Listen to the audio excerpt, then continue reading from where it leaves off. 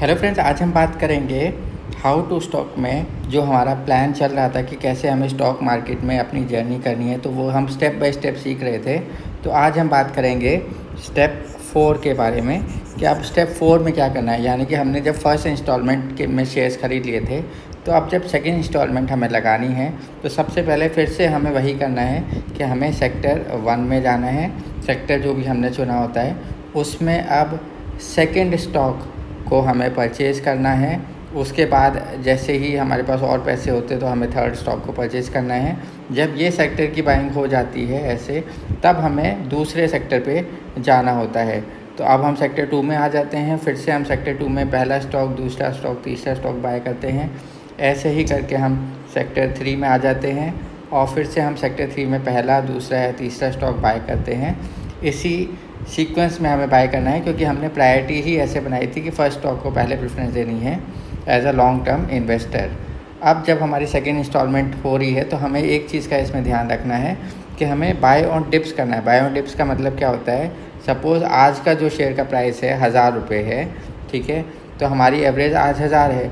जो कल हम बाय करेंगे सेकेंड इंस्टॉलमेंट में, तो हम उसके प्राइस को ना देख के हम उसमें परसेंटेज फॉल देखें या परसेंटेज राइज़ देखें। तो 1000 का जो शेयर है अगर राइज़ करता है 1%, तो 1000 10 रुपये का होता है, ठीक है। तो इस टाइम पर हमें बाइंग नहीं करनी है।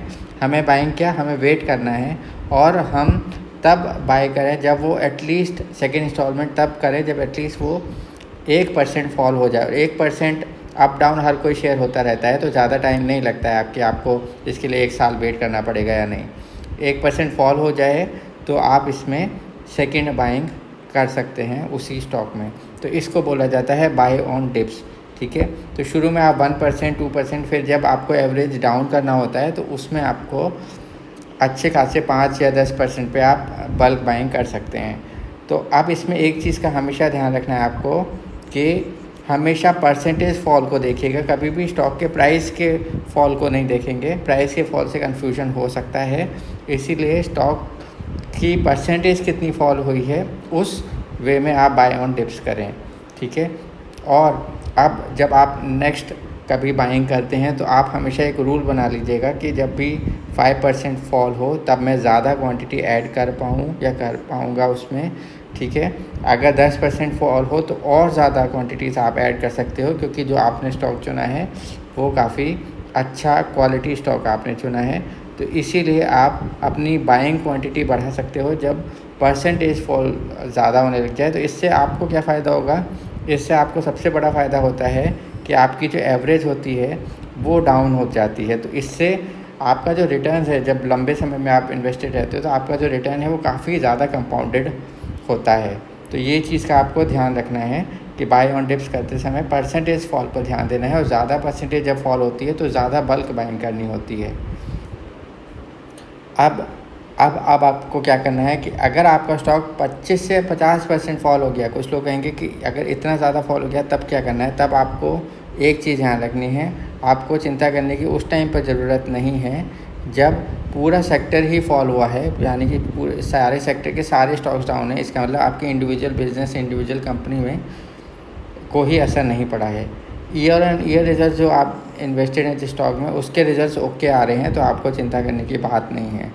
और साथ के साथ प्रमोटर होल्डिंग अगर इंटैक्ट है, यानी कि owners of the company shares को होल्ड कर रहे हैं, तो आपको टेंशन लेने की बात नहीं है। इसका मतलब बिज़नेस में कोई प्रॉब्लम नहीं है।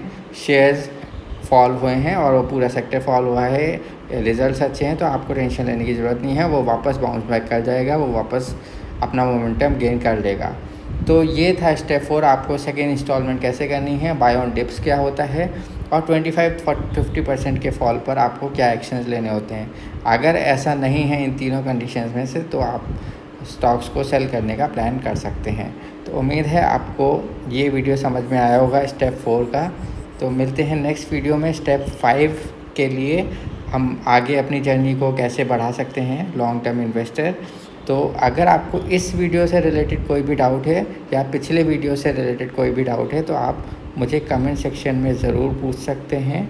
और अगर आपको वीडियो अच्छा लगा हो तो प्लीज़ इसको लाइक कर दीजिएगा और प्लीज़ चैनल को सब्सक्राइब ज़रूर कर दीजिएगा। मिलते हैं नेक्स्ट वीडियो में, तब तक के लिए बाय बाय दोस्तों।